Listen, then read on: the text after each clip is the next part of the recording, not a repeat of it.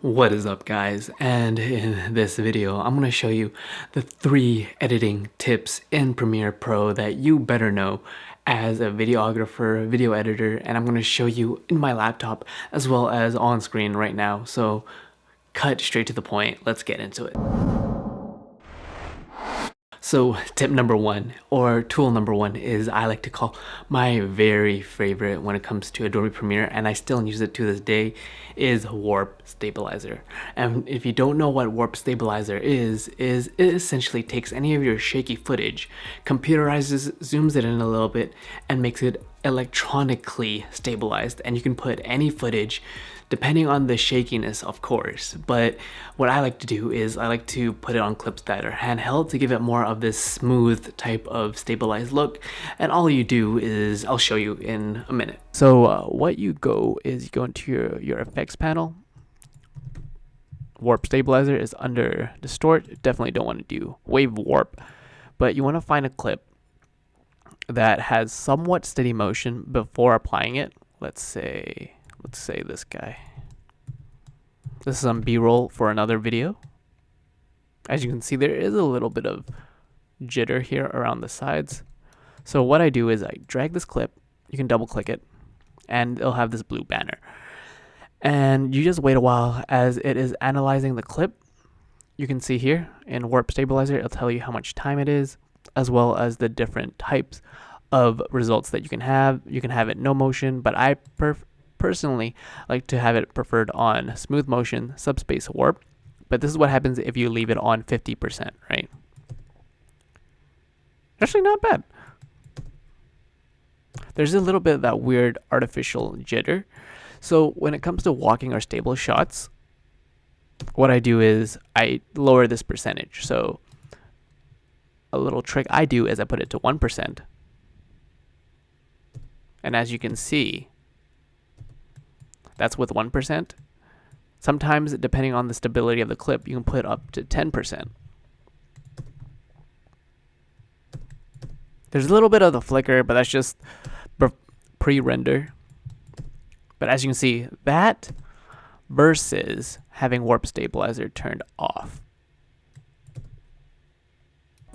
Tip or editing trick number 2 in Premiere Pro is masking. If you haven't looked in any one of the effects that you use, you can apply a mask to that effect. Meaning, if I only wanted my face to be black and white or inverted, I can apply that layer or that effect onto the whole clip, but the whole clip will be inverted or black and white. So what I can do in Premiere Pro is I can put a circle tool or use the pen tool to draw out my face, and only my face will be black and white, and the rest of the video itself will be normal. And that is one of the most underutilized tools in Premiere Pro, and that is the biggest powerful thing, is that Premiere Pro can track your mask, essentially that's what you're making, as well as you can apply lumetri color correction to that. And I'll show you why that is so powerful and important, and if that's the only thing you take away from this video. Which is why the powerful thing about Premiere is that people overlook is that there's these 3 tools under, it doesn't matter what effect you use, you can mask or essentially mask any effect onto your video, and you can track it. That is one of the most powerful, underrated things. So what I do now is I can either draw, click the pen tool, I can draw my face. Now my face is masked out, and now any effect that I apply on color lumetri, it only applies to that mask. But as you can see now, it kind of looks a little funky, right? So what you want to do is you want to feather that out. And you might want to make your mask a little smaller. And obviously with the more effect that you actually use, the more you can tell the contrast in it. So you just want to feather that out a bit. And obviously I use this clip to be a little over dramatic, but this will give you an opportunity to see whether or not that you can actually track your mask. You press play, it will track that face, and it'll track the mask however your mask move. So for example, this is my face, so it's going to track every time I turn a bit. The mask is going to stay as is. It does take some time because it is Adobe Premiere, but the powerful thing about this is that when you're using professional shoots or you're filming outside, you can't control the sun. Some parts of your face are going to be darker, some parts are going to be lighter. So what you do is you apply the Lumetri color, you put your mask, exactly what I'm doing, around your face, you track it, and then you up the exposure just a little bit, you feather it out, and then as you can see, you just lightened just your face without having to increase the brightness on the entire clip, and that is such a powerful tool to use. And tip 3, the very last tip, is understanding text.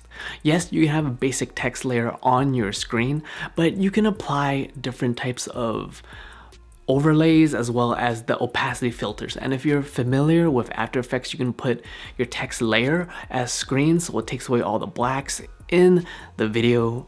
But for this special trick, all you need to remember is you put your text layer on, make sure it's solid 100% opacity, put it right in the middle of the screen, and then you want to go into your effects and put on overlay. And that is what you'll get cool text that look like this. And it's really cool if you do like videos or photos outside and you have this almost overlay text effect. And essentially what you're doing is you're telling Adobe Premiere is to mask out your text, and anything that's within the text, make it brighter. And you can play around with the different types of opacity filters and layer modes and blend modes, and I'll show you that in right now. And last but not least, I'm going to teach you the very third and final trick when it comes to using Adobe Premiere, is making your text look a little bit more cooler. So you grab your text tool, BVCO, please subscribe. Let's go to graphic panel over here, change that text. I personally like Bibs. Crank up that, and then you go into your effect, please subscriber, whatever, I'm just gonna leave it there.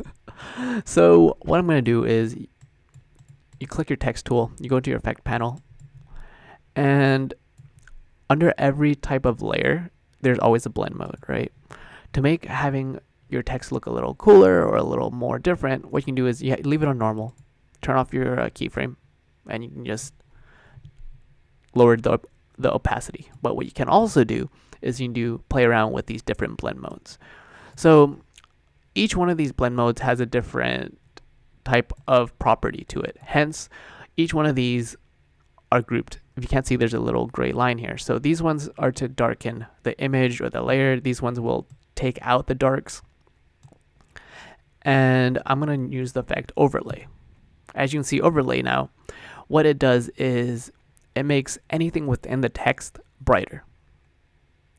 So that is how you get that effect with the text, and I think it looks pretty cool. And that is how you do it. And that was my 3 video editing tip and trick that you better know as a video editor or anything video when it comes to using Adobe Premiere. And it is my current program that I use, as well as the whole Creative Cloud. And if you want to learn Adobe Premiere, link is in the description, 2 free months off the program itself. Check that out, link is in the description, as well as check out my free camera guide, as well as my course, as well as how to use a camera from beginner to make yourself look like an expert. All the links are in the description below. Check that out. My name is Peter, and you're watching Broke Visionary Collective, where we all start with nothing, but you can always create something. Cheers.